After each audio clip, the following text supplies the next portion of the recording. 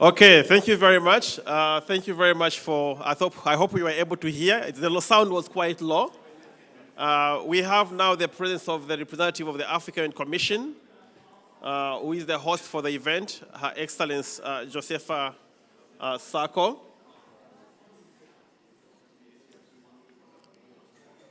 There's some background noise because of the room next door, so I hope you don't mind. We also have translation for French as well. So I hope those that are bilingual or only French speaking are also able to understand. So I think for now, let me hand over the event to our hosts, the leader for Africa, who has really been behind this work on the Africa Water Investment Program. I do remember when I visited Her Excellency in her office in Addis Ababa, and she said, Alex, come here. And she said, I'm the only elected commissioner responsible for water on the continent. And we have to do what we can to mobilize as many partners as possible. And she promised that we will do whatever we can. She has a bid portfolio. The whole climate change COP for Africa is resting on her shoulders, but she's here. So, Commissioner, you've been a great leader. We are very grateful for your leadership. Would like you to invite you just a few introductory words to welcome the participants that are here, and then we can begin officially the session. So you're welcome, Commissioner, just to say a few introductory words. Thank you very much.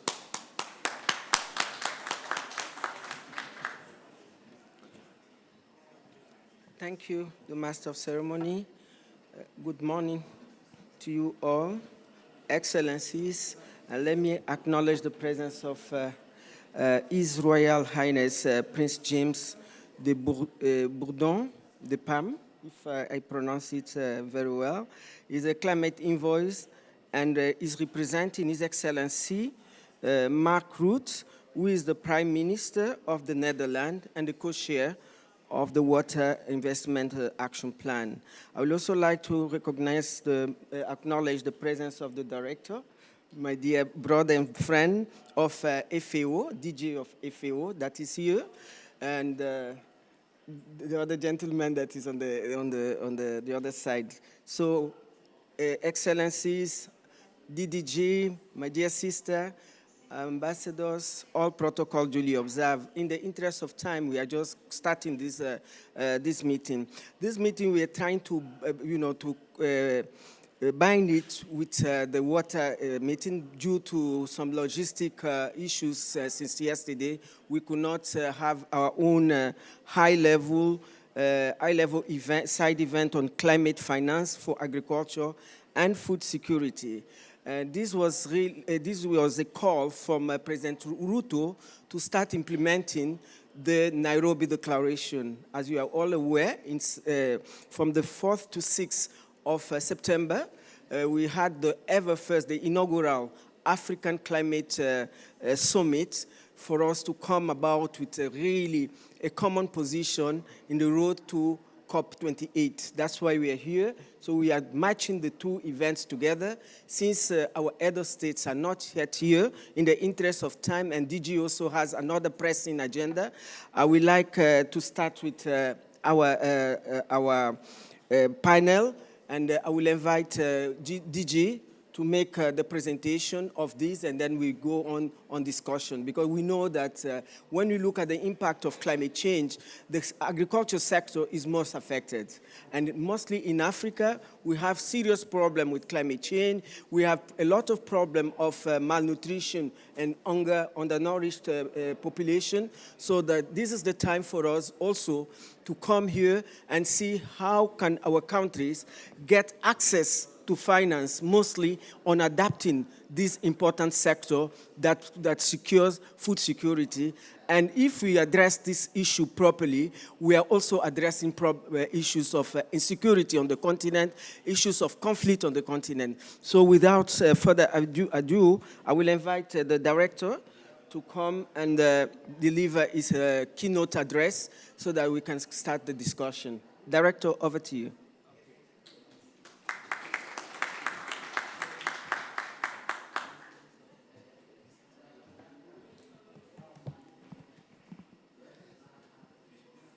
Excellencies, ladies and gentlemen, dear my sisters, SACO, AU Agriculture Commission.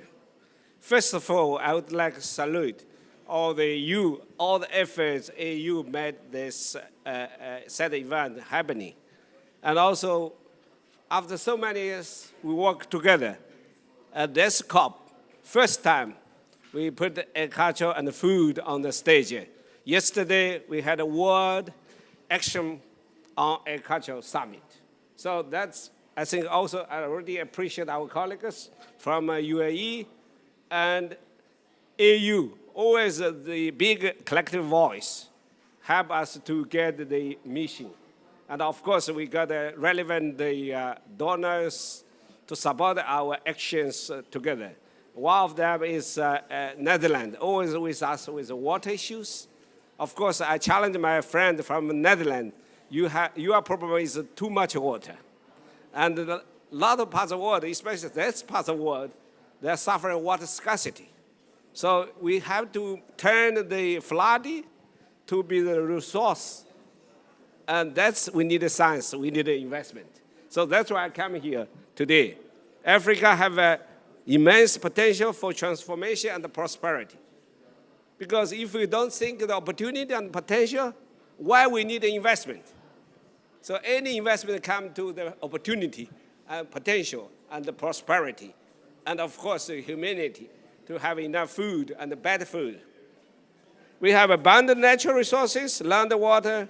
I think Africa, if have enough investment on agro-food system and agro-infrastructure.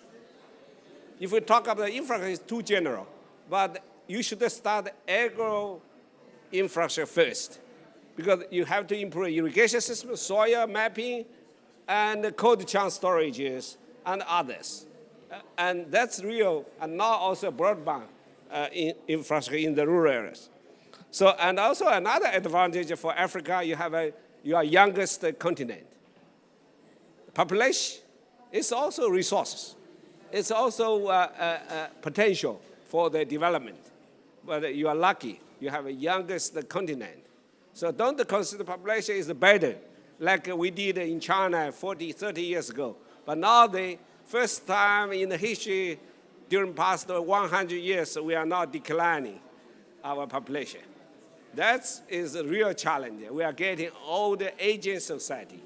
So you should take your advantage for next 30, 40 years, and you still keep the continent younger. And last but not least also, you have a huge market potential. Because Africa, you need a better life. You need a better food. You need a better environment. You need a green city. That's also the opportunity. So, and then come to how to get the opportunity tend to the investment. You need a science-based solution. That's why we support the AU and my colleagues to collect data. First, data evidence collection. Second, we need the capacity building there.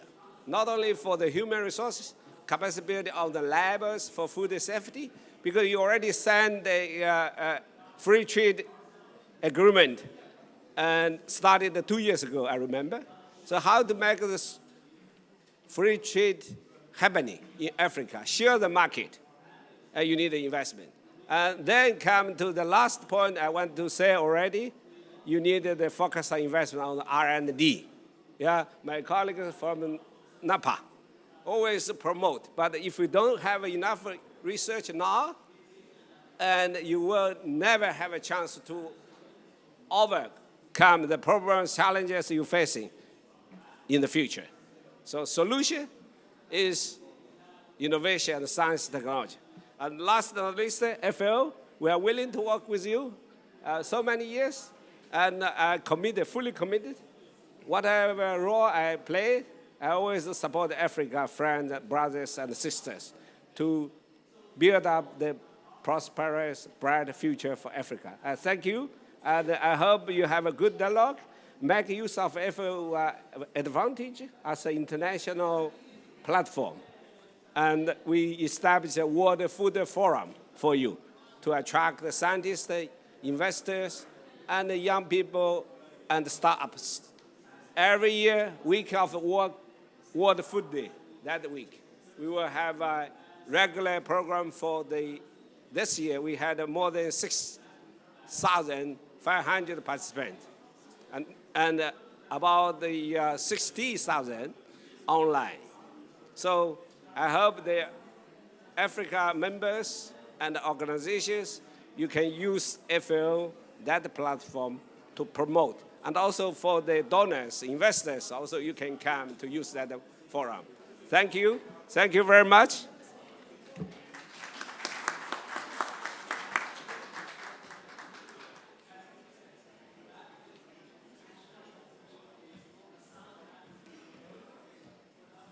Thank you very much, Director DG, for your very brilliant statement.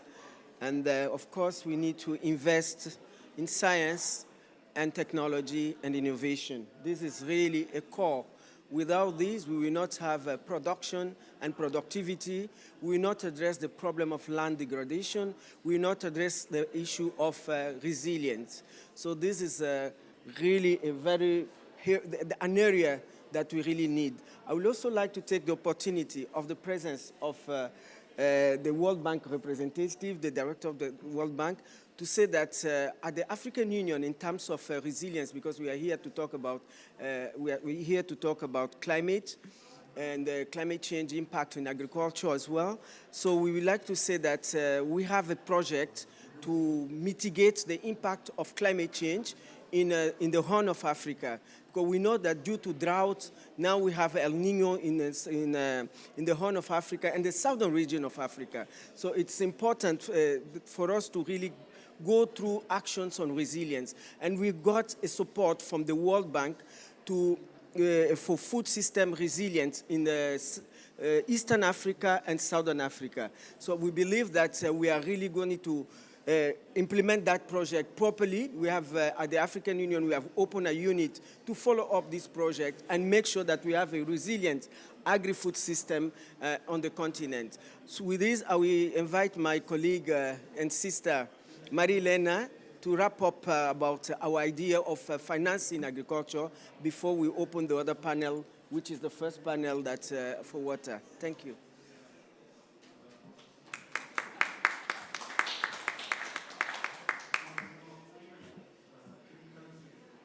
Thank you, Josefa, and good morning to all Excellencies. Indeed, as my Director General of FAO said, we are in a continent full of potential, land, water, youth, but we are still importing more than $30 million per year that can be produced in Africa. And we are suffering the effects of climate change. And if we look at the perspective, only 4% of the ODA, all the investment goes to investment to climate and agriculture. And if you dig down to see how much goes to water, how much goes to the sector, is little to the immense potential we have and the challenge we have to face. What we need to do? We need to improve efficiency in the way we use water, in the way we use our soils, how we can have better seeds, how we can have more innovation, better investment, and capacity building. And this is what we are doing in FAO. We are supporting African Union to create the capacity to have the train at the country level, to have the projects we need, and to have the appropriate investment. That's the reason why we are working with World Bank, we are working with Africa Development Bank, Asia, just to name a few, how we can move at scale. Because what we are doing, we have success stories, but they are not at the scale we need to transform our agri-food system. We need science, we need innovation, we need investment, and we need political will.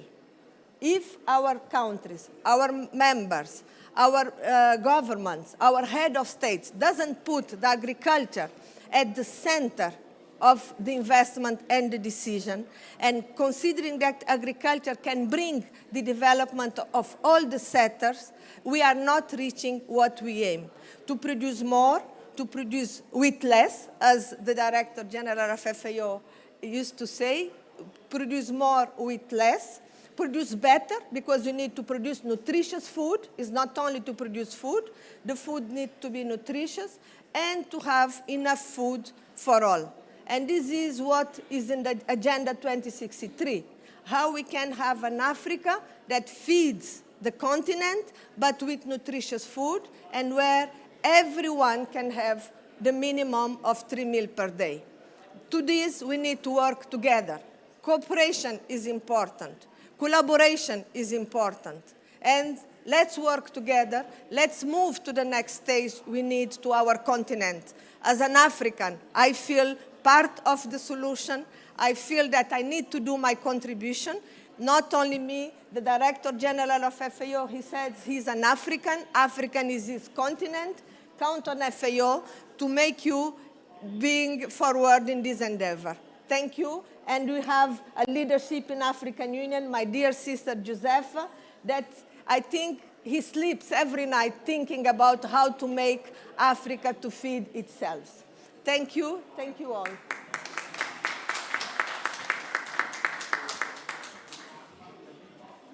We are going to close this panel and then open the other one, So, the official one.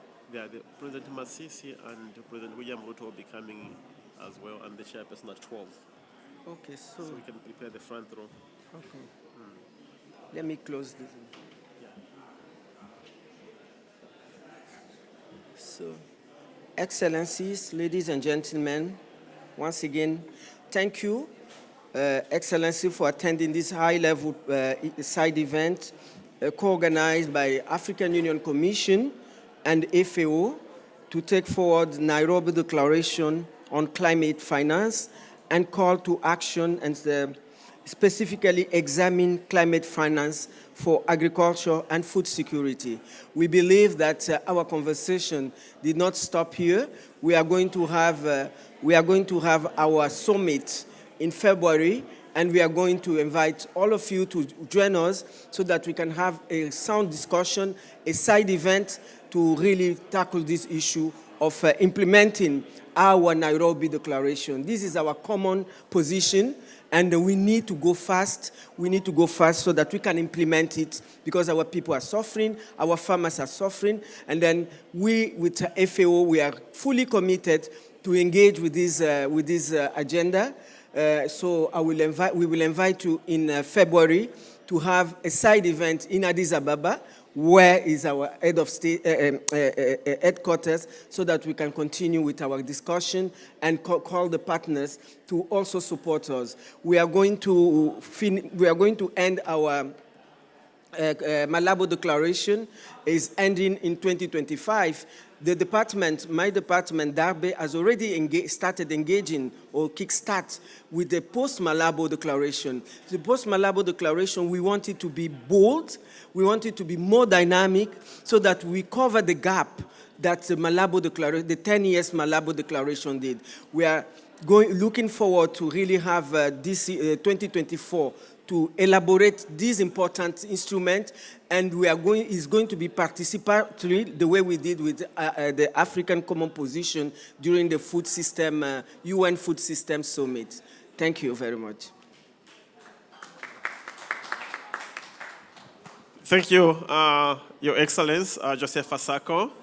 And in case you're wondering what's happening, agriculture uses about 70 to 80% of water.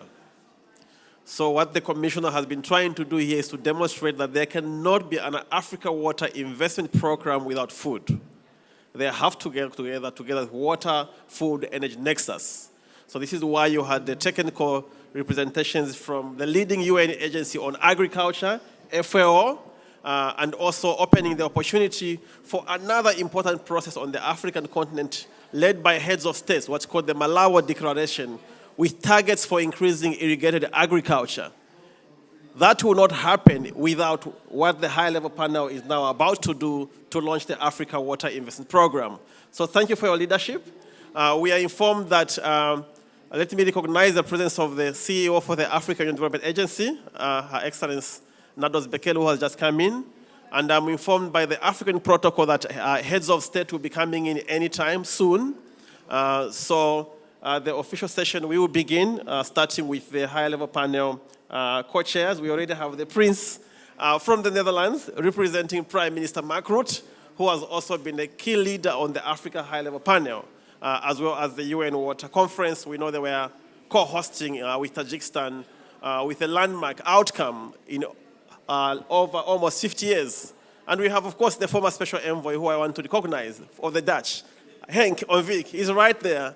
He's been very much as well, been very part of this work from the very beginning of coming up with a panel in Africa, providing support to the African leadership, and of course, he's now here to witness the event. So let me just now invite once again our IT to play the investment plan video, a summary of the investment plan. It played at the very beginning, but some of our partners were not here. So IT, if you're able to just show the video of a summary of the Africa Water Investment Plan. With volume, please, this time. It was quite low last time. Thank you.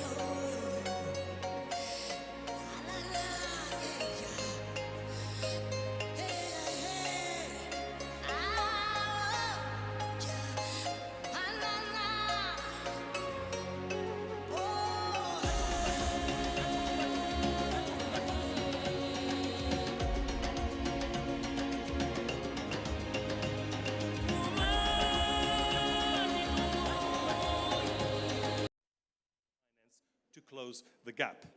So to conclude, with climate action, we see that there is a surplus, there's a surplus of challenges around the world, but there's a deficit of trust at COPs. This collaboration amongst African nations and the Netherlands builds trust. What water is for adaptation, trust is for collaboration. African nations can count on our support now and in the future. Thank you very much.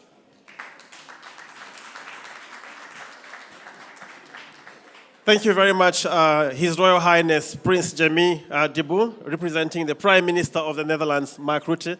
Thank you for your leadership. And the Prince has said 90% of water, of adaptation is water. What the high-level panel found out is also, as you'll see in the report, is that 90% of finance can be mobilized from within Africa, from domestic revenue. So thank you very much, Your Excellency. Commissioner, it is my pleasure to invite you to come and invite the representative of His Excellency Macky Sall to deliver his statement.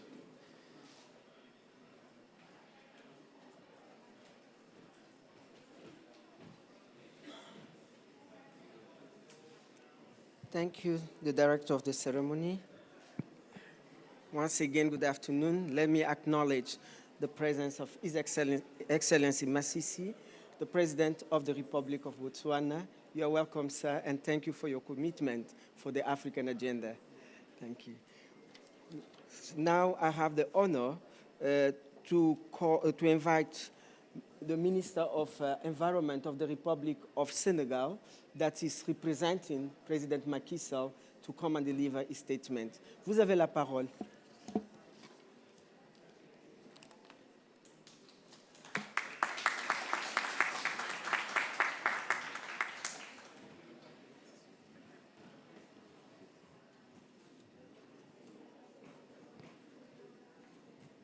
I speak in French. No problem.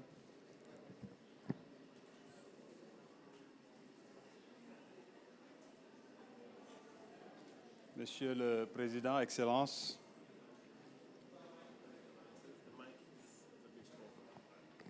I have to do this? No? It's okay. Monsieur le Président de la Commission de l'Union africaine, Mesdames, Messieurs les membres du panel, Mesdames et messieurs, je vais donc vous transmettre le message du président Macky Sall, président de la République du Sénégal, qui devait être ici et qui a des difficultés. S'il faut une traduction, juste à côté. Please, just, I have one. Okay.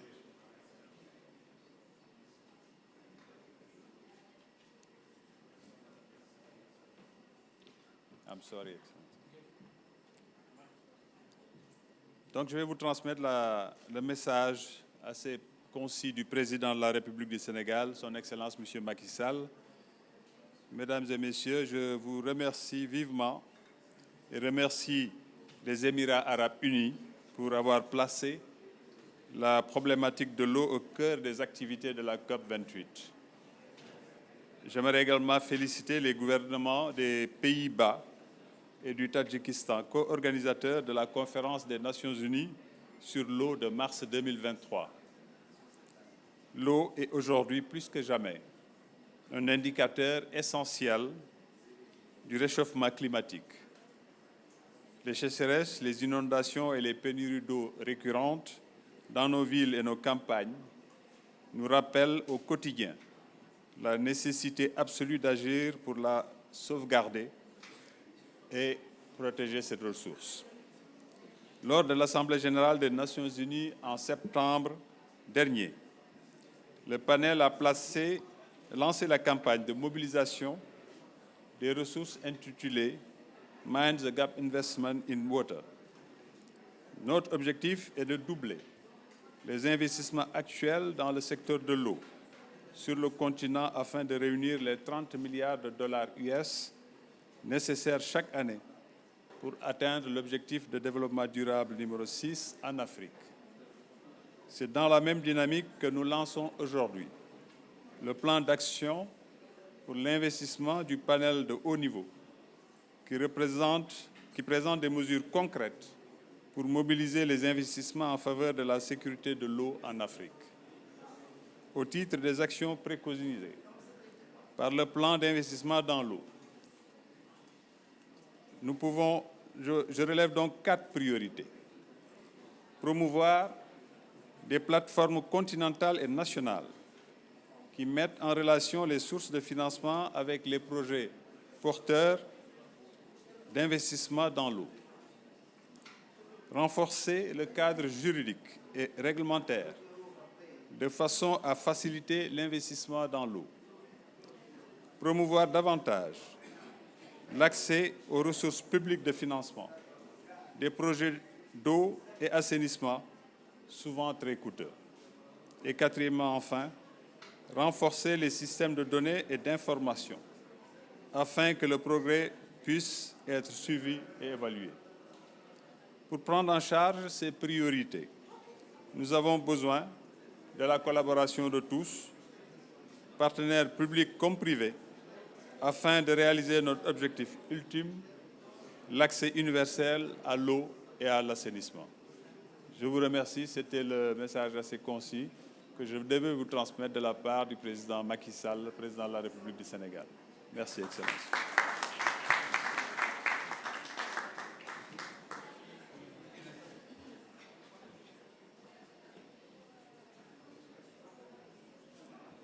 Je vous remercie, the representative, President Macky Sall. Thank you very much for that speech. I think Your Excellency Commissioner, I do understand that His Excellency, the President of Kenya, will be coming in any moment. But in the meantime, I have the honor to invite you to invite the President of Botswana to give his keynote statement.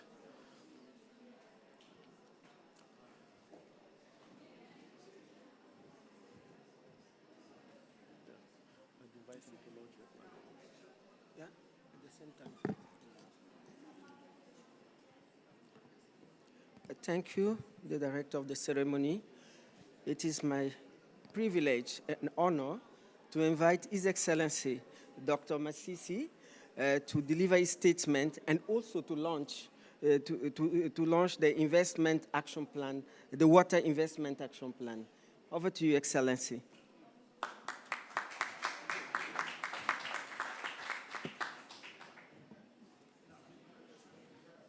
Thank you very much, Director of Ceremonies.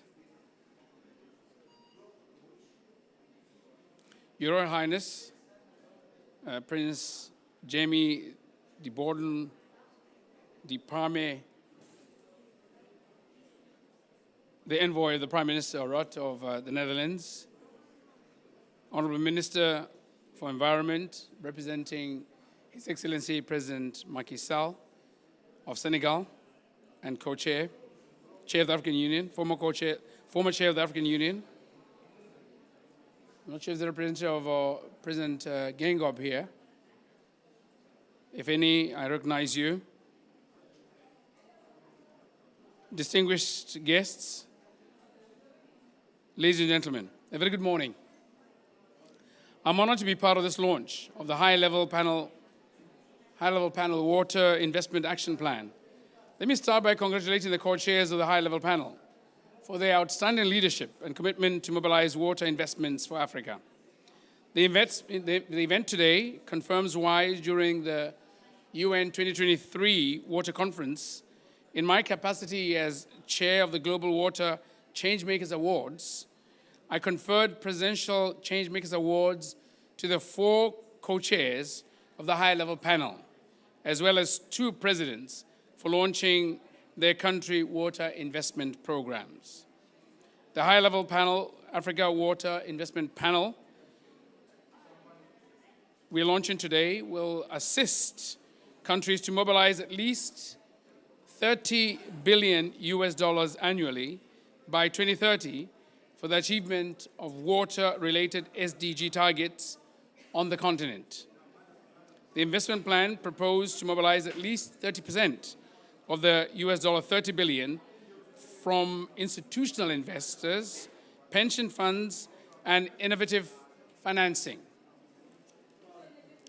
Ladies and gentlemen, to support the panel mobilize these investments, I am pleased to confirm that my government is in the process of developing and implementing Botswana Water Investment Program intended to be resourced by sourcing external funding and also committing some domestic resources. Co-chairs, excellencies, and distinguished guests, our national vision as Botswana relating to the provision of water is to increase water security and provide adequate as well as equitable sanitation for all citizens. I'm happy to say that Botswana is making significant strides towards ensuring water security, as it is central to climate change adaptation and open more economic opportunities as the country is embarking on key priorities such as export-led growth, building human capital, provision of appropriate infrastructure, and efficient financing. It is therefore important to ensure that the existing and future infrastructure is capable and resilient to convey bulk water supply and sanitation services to high-demand centers which include local and international water transfer schemes and storage infrastructure. Botswana has over the years made tremendous progress in the provision of potable water to its citizens. Our budget allocation towards water and sanitation infrastructure stands at 29% of the annual national budget. This has increased access to potable water by 98% at the national level. This has been possible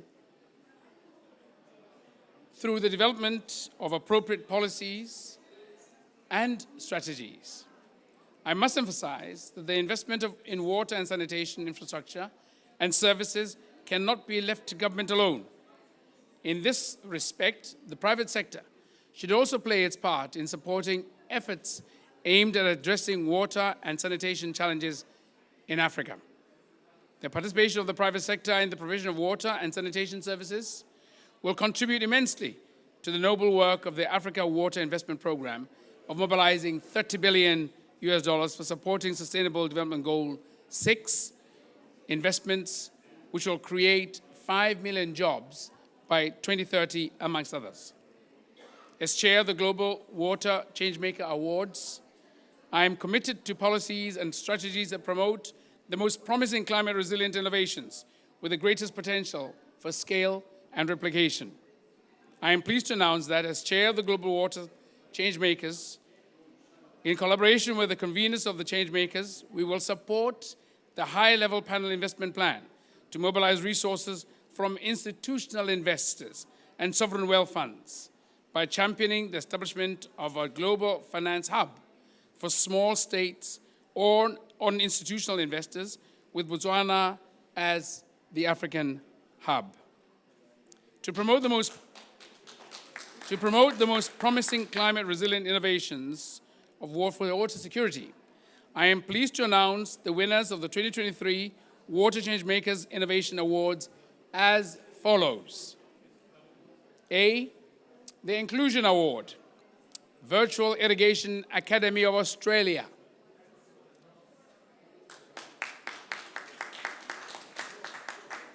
The innovation of Virtual Academy is an innovative technology focusing on small-scale farmers who are the most vulnerable.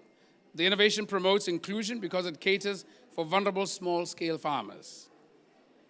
And B, the Scalability Award. It goes to NXTLVL Water, the product of NXTLVL of the Philippines, matches the existing geography and population of the country. The innovation is scalable and can provide the islands of the Philippines with water. Applause, applause. And C, Innovation Award, CAST Co. of the Republic of Korea. The innovation promotes water conservation through an innovative approach that uses oxygen and microplasma sterilization instead of water, and has the potential to be scaled to other parts of the world. These winners and other competitors will be matched with investors to scale up their innovations. Yes? Finally, yes, we're hitting the graveyard shift. Finally, I'm pleased to confer Mrs. Sawyer Anderson from Waterworks in the United States of America with the Chair's Innovation, Diversity, and Inclusion Award for mobilizing funding for providing water to rural areas at the young age of 14 years old.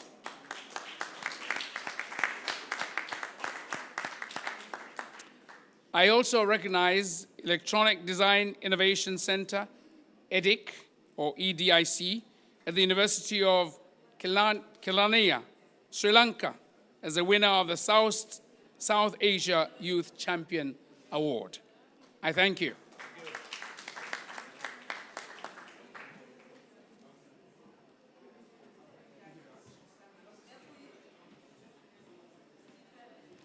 Thank you, Your Excellency, President Masisi, a global leader, as well as also a champion of innovation. And I think he's welcomed the launch of the High-Level Panel Investment Action Plan. And thank you also, Your Excellency, for conferring to the High-Level Panel co-chairs the awards during the UN Water Conference. So we are very grateful for your leadership. And we also welcome the news of Botswana being the Africa hub of the institutional investors and sovereign wealth funds for small states. Because I think some of you might be aware that small states constitute about 75% of the United Nations member states, which is countries below the population of 10 million.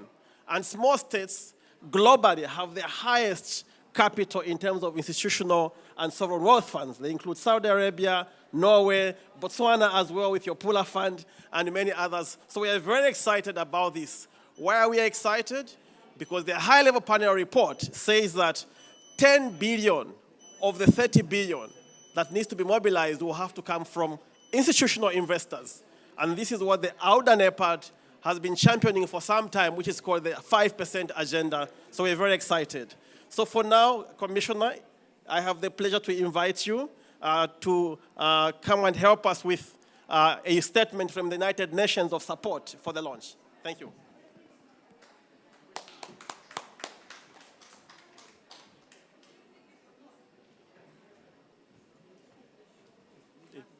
It's a video from Amina.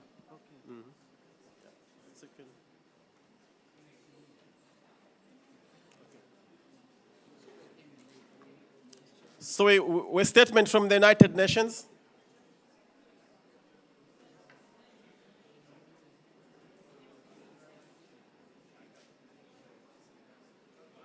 It's a pre-recorded statement, it's a video. Our IT, if you can kindly play the video statement from the United Nations of support to the African Union for their work on the high-level panel investment plan.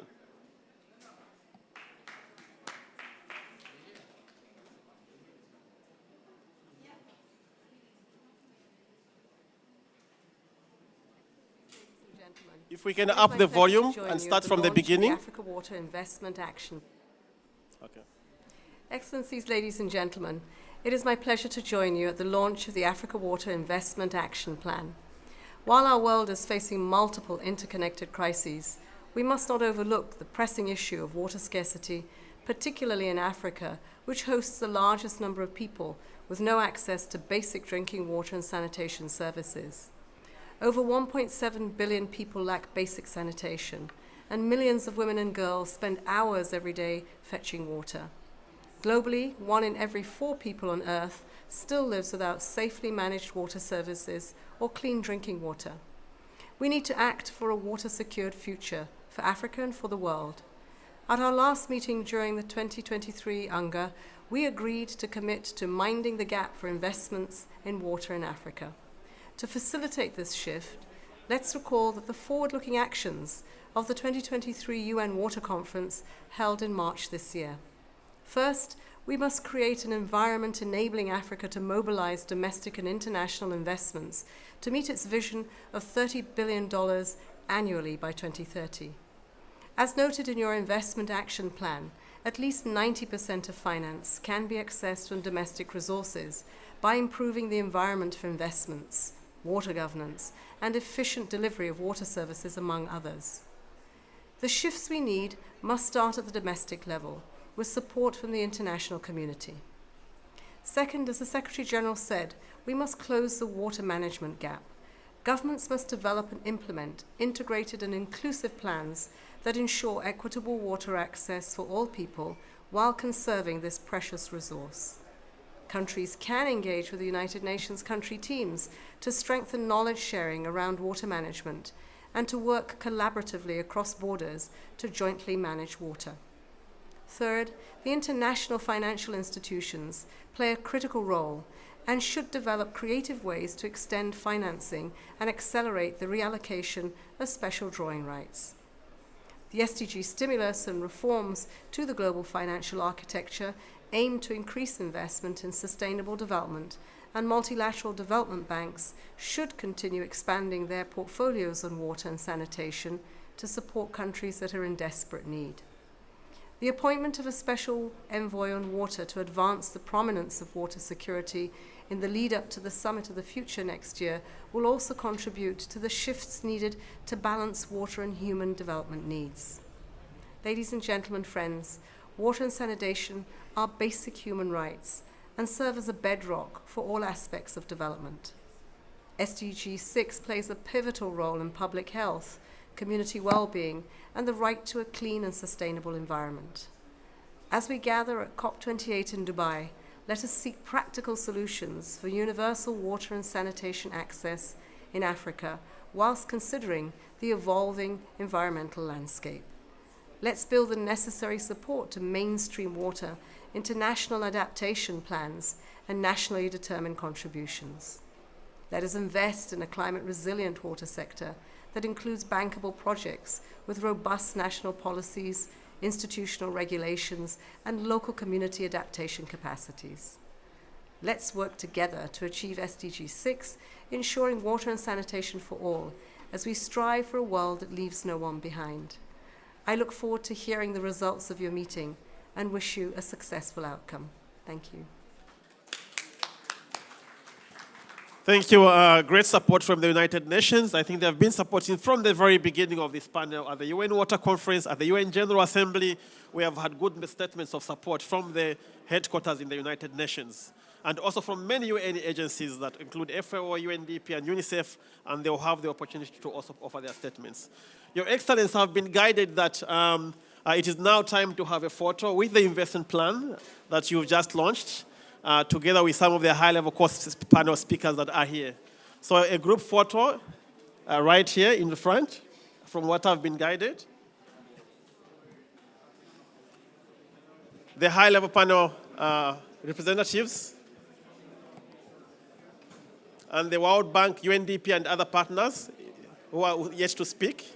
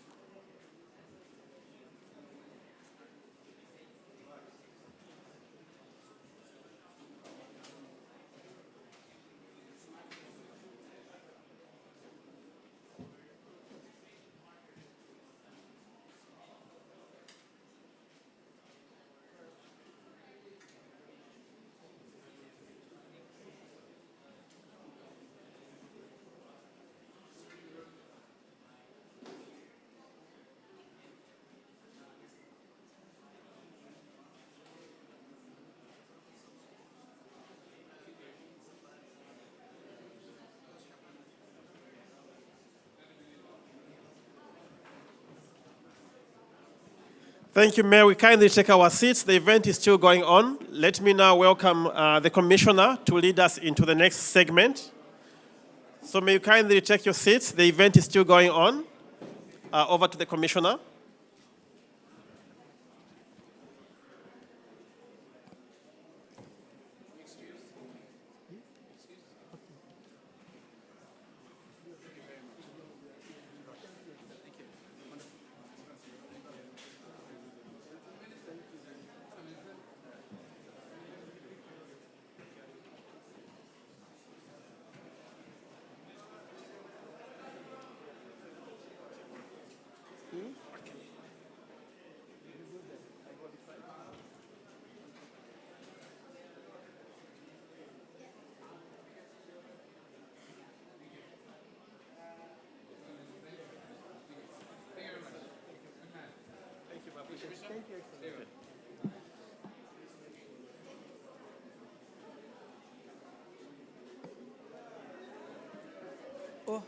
May we kindly sit down? I think the next speaker is the President of the African Ministers Council on Water, AMCO.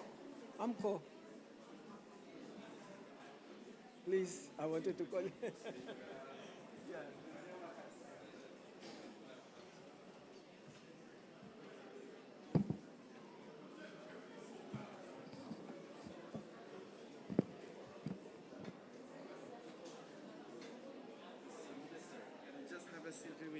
Yes, sure. Yeah.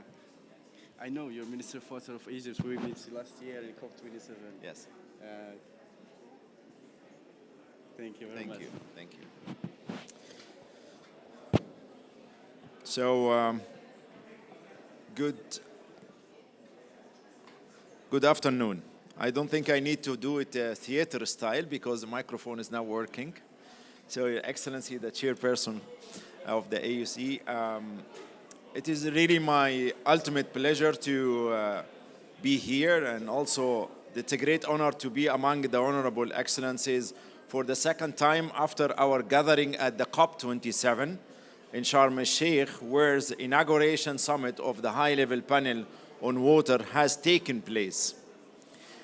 During this year, I had the privilege to chair 2 ministerial sessions as AMCO president. First was during March UN 2023 Water Conference, and second on the sideline of Africa Climate Summit last September, where the acceleration of climate resilience, water action has been underscored. And this time is to witness with you a very important moment in the water sector in Africa, the launching of the Africa Water Investment Action Plan, aiming to mobilize financial resources for implementation priority projects under the wise guidance of our African and international leaders. Each one of us has a pivotal role to play for a successful implementation of the proposed action towards a sustainable climate resilient and bankable investment in the water and sanitation sector in Africa. This will serve the achievement of Africa Water Vision 2025 and beyond, the Sustainable Development Goals, especially goal number 6 on water and sanitation, and the African Union Agenda 2063, the Africa we want. This great endeavor come in a very critical time where COVID-19 pandemic confirmed the ultimate importance of developing the water and sanitation services in Africa. Moreover, applying the water, food, and energy and the environment nexus approach is becoming a necessity not only in Africa, but worldwide, which makes it important to change the narrative and create an enabling environment for water investment by establishing cross-sectorial political leadership at the highest level, with commitment to sustainably increase public budgets and allocations. It is high time to move from policy to action for the welfare of our people, and I was very pleased to know that during the preparation of this investment action plan, 53 projects with a combined investment value of up to 27 billion US dollar were submitted by 19 countries for AIB assessment, in addition to 9 billion US dollars from 15 transboundary BIDA projects. Among them, Egypt has also submitted a number of investment projects on both the national and the regional levels. And I'm full of hope that some of them will be selected through the scorecards selection process, and I encourage all African countries to submit their project proposal while we confirm the importance of strong coordination and consultation during the selection process of AIB projects to ensure that all projects are agreed upon from all involved countries. Excellencies, ladies and gentlemen, since Egypt assumed presidency of the AMCAO in February 2023, and where we have been keen to work closely with all partners, with all African partners and Secretariat of High-Level Panel in finalizing the action plan. It is worth to mention the importance of capacity building that is a critical factor in addressing these challenges and empowering young African engineers to become leaders in the field and enable them to manage such investments. As water and climate-related challenges are complex and dynamic, requiring innovative and creative solutions, capacity building for young African engineers is a critical investment in the future of the continent. Against this background, through the COP27 Water Initiative AWARE, Egypt has devoted its training center and inaugurated the Pan-Africa Center for Water Adaptation. This was a support from the Egyptian government to all the African continent to build the capacity of the engineers, as I mentioned before. But also we do have a very interesting good practice in terms of national platforms, as action number 1 is mentioning, encouraging national platforms to have a kind of matching supply and demand, funding supply at the national level, funding demand at the national level, and supply coming from internally or externally. We do have the NWAFI platform in Egypt, which is also supporting the nexus between water, energy, and food, and we would love to transfer this experience to other African brothers and sisters and countries, because really we do have very good experience with this platform that I mentioned. Finally, I would like to applaud all the efforts exerted by the high-level technical team and the GAP for producing this action plan, and we are looking forward for more successful achievement to raise Africa water agenda high in the international community. Thank you very much.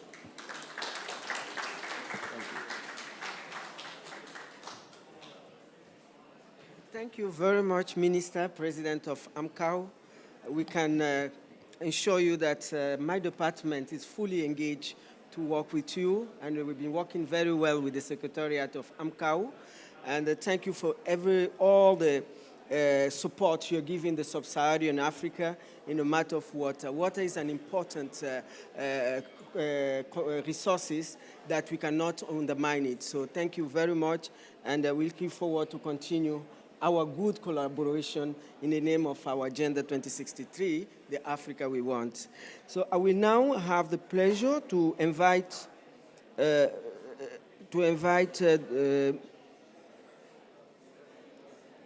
think World Bank? No? I don't think the World Bank. Well, let me invite Dr. Pradeep. I don't know if he's around. He's the Director, Executive Coordinator of UNDP. Thank you.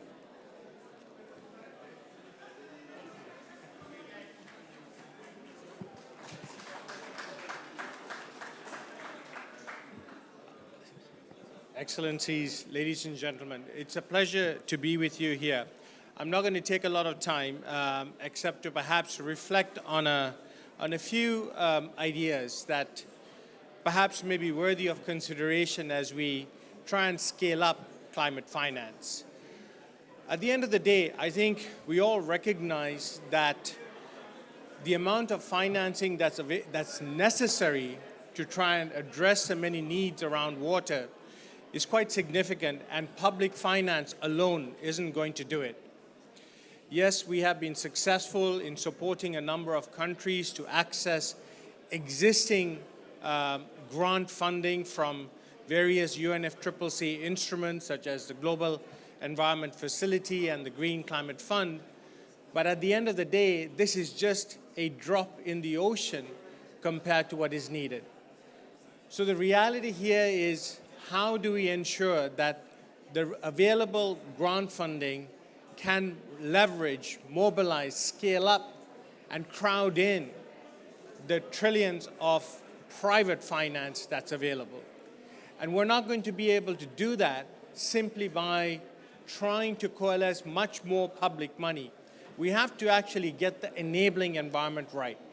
And I think in that context, a number of us here in this room, I think, need to come together to not only ensure that that enabling environment is addressed in the way that it needs to be, but it is also concurrently done in such a way that private finance does flow to where it's needed. And right now, we see that that is not happening. I was recently actually in Comoros, where we were looking at ways to increase water supply in a country where there's a significant number of the population that currently does not have potable water. And the fact that UNDP, the United Nations Development Program, was addressing this issue through one single project, through the Green Climate Fund, really surprised me. It shocked me. Why is it, how is it that we have come to a point where you need one project to get potable drinking water to nearly 60–70% of the population? It shouldn't be like that in 2023.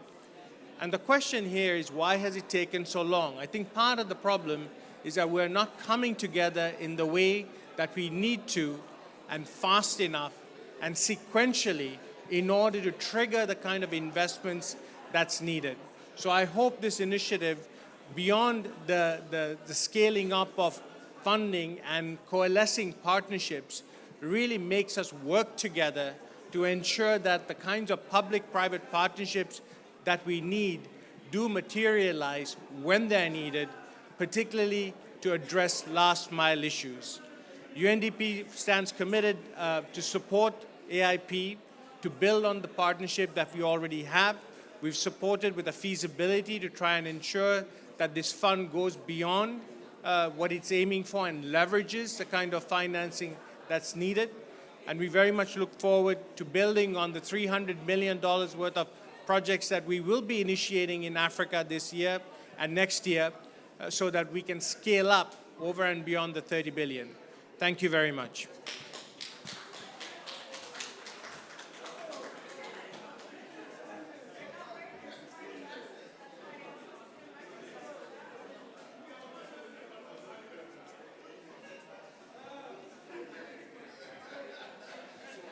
I now have the privilege to invite Mr. Sajok Kumar, Global Director of the World Bank, representing the President of the World Bank. You're welcome.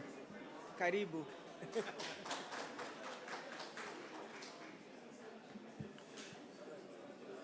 Thank you very much, Madam Commissioner, and Excellencies, ladies and gentlemen. First of all, I'm very happy to be in the Africa Pavilion. And I'm very happy that you put the spotlight on water during the COP28 in the Africa Pavilion. Very happy about it. And I'll tell you why. So I started this job last year, about this time, and I was looking at the data coming from UNICEF and WHO under the Joint Monitoring Program.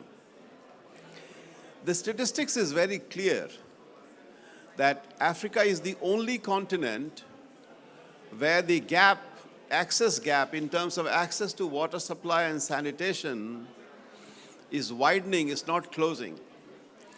In 2020, you had 37 million more people without access to clean water than 2000. And in a business as usual scenario, we will have more than 300 million people without access to drinking water by 2030. So something is really not going well. So I'm very happy that you put together this investment plan and the high-level panel really to support more investment going in this sector, which we really welcome from the World Bank side. And I think we really have a problem that needs to be addressed as a top priority, because you cannot have sustainable development and future of the continent without access to clean drinking water and sanitation. So this has to be the #1 priority for the leaders of Africa, and I'm very happy about it. My second point is about, even though Africa is facing a daunting challenge of closing the gap, Africa is also delivering innovations. There are innovations happening in Africa in access to water supply, sanitation, better management of water resources that other continents can learn. You see, what progress that Africa has made, for example, let's say in Tanzania, in access to drinking water supply and sanitation, financing innovations in Angola using guarantee programs to mobilize more than $1 billion from the commercial market at commercial terms to invest in water supply and sanitation. The PPP models from Senegal, from Benin, there are just so many innovations happening in Africa. And I was in Addis Ababa, where Ethiopian government had hosted a leadership summit of all the finance ministers and water ministers from East and Southern Africa. And this was the topic of discussion as to how do we really advance access to water supply and sanitation as a high priority, and how do we learn from each other, because there's so much innovation happening in Africa. So I think I want to remind everybody in the audience here and people online that Africa is also delivering innovations which can be useful to other countries among the countries in Africa, but also to other continents. And I think the need for knowledge exchange is extremely important in this area. Finally, on the World Bank itself, and I was looking at the numbers, as we speak, the World Bank, which is the IDA, International Development Association, if you look at the financing, in African countries alone today, the net commitment in water supply and sanitation is about $13.5 billion. This is the size of the projects currently under implementation by your governments, by your cities, by your municipalities. So which is quite substantial. Last year, the World Bank increased financing for water by $2.5 billion, and most of that increase last year came from investments in Africa. Massive increase in investment in Africa. So African countries are making the right choice, and the World Bank is stepping up to provide more financing available to the countries. But I also want to add here that we would like all the multilateral development banks to do more on water. And in preparation for this COP, all the multilateral development banks have come together on a joint platform for financing water. And in about half an hour's time, in about an hour's time, in the Leaders Summit on Water, the President of the Islamic Development Bank will be delivering a statement on behalf of all the MDBs to increase the commitment of all the banks for financing water supply, sanitation, water resource management programs, and we are very excited about it, which essentially means that the African countries can really rely on MDBs as their partners for bringing really more financing in this sector. The last point I want to make is that the point our UNDP colleague just made. I think we really have to rely on domestic resource mobilization. We have to really address the foundational issues and really start bringing the private sector in the space where possible. And there are many innovations happening again in Africa as to how you're working with the private sector. And this is also an area where the IFC and MIGA of the World Bank Group can really be a very strong partner for the African countries. So again, please count on World Bank as you start implementing the plan. We would definitely like to do more and use our resources to leverage more resources from the private sector and other partners as well. Thank you very much.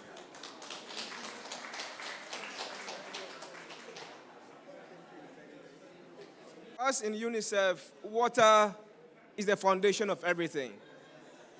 Without water, drinking water, health will not improve. Without drinking water, nutrition will not improve.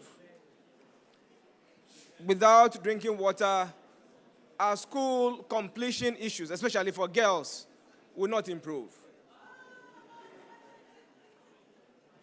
Without water, placing food on the table is not going to happen for many communities. So a few thoughts and a few messages as we conclude our sessions. One, we know that a lot of progress has been made in Africa in respect to water. I remember in my own country as I was growing up, and the important things that have happened in water, expanding water in rural parts of the country, expanding water in urban parts of the country. But we know that in Africa, on our continent, some 400 million people still don't have good access to drinking water.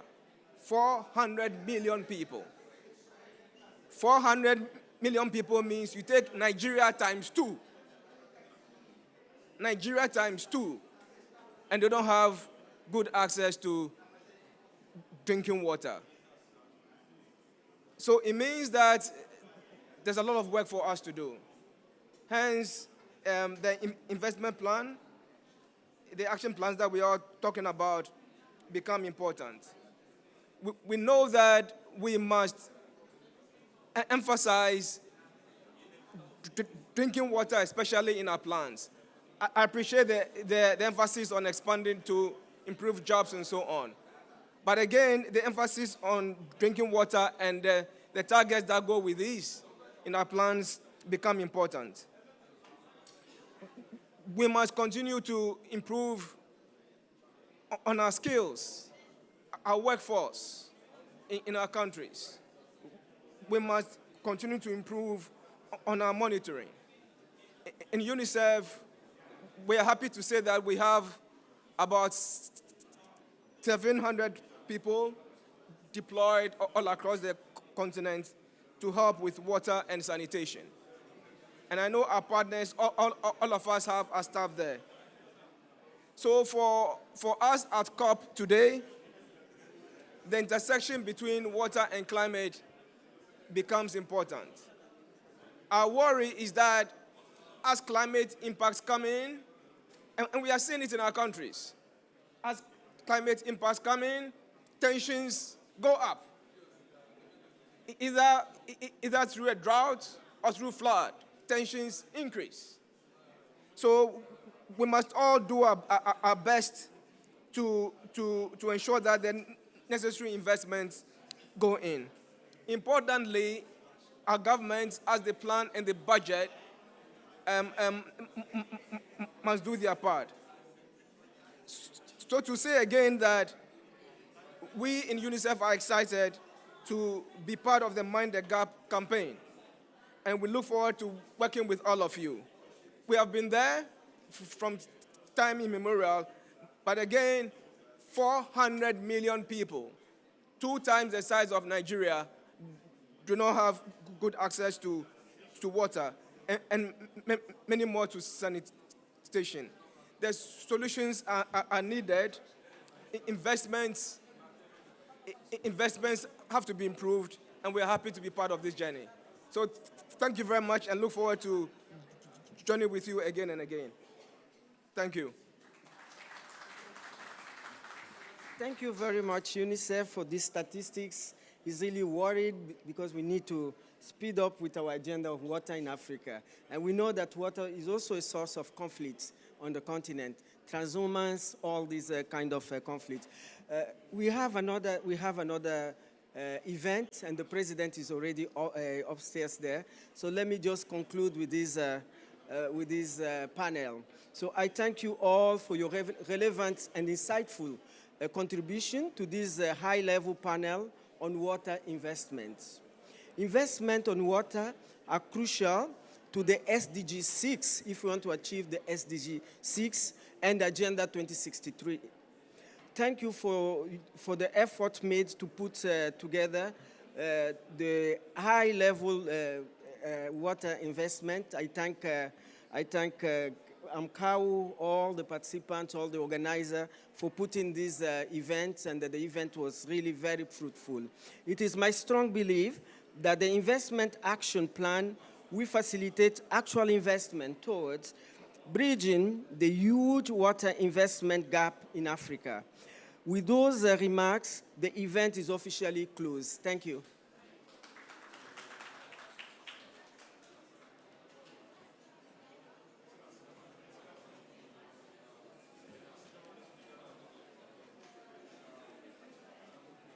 Thank you, everyone, for coming. In case you don't have a copy of the investment plan, it is on this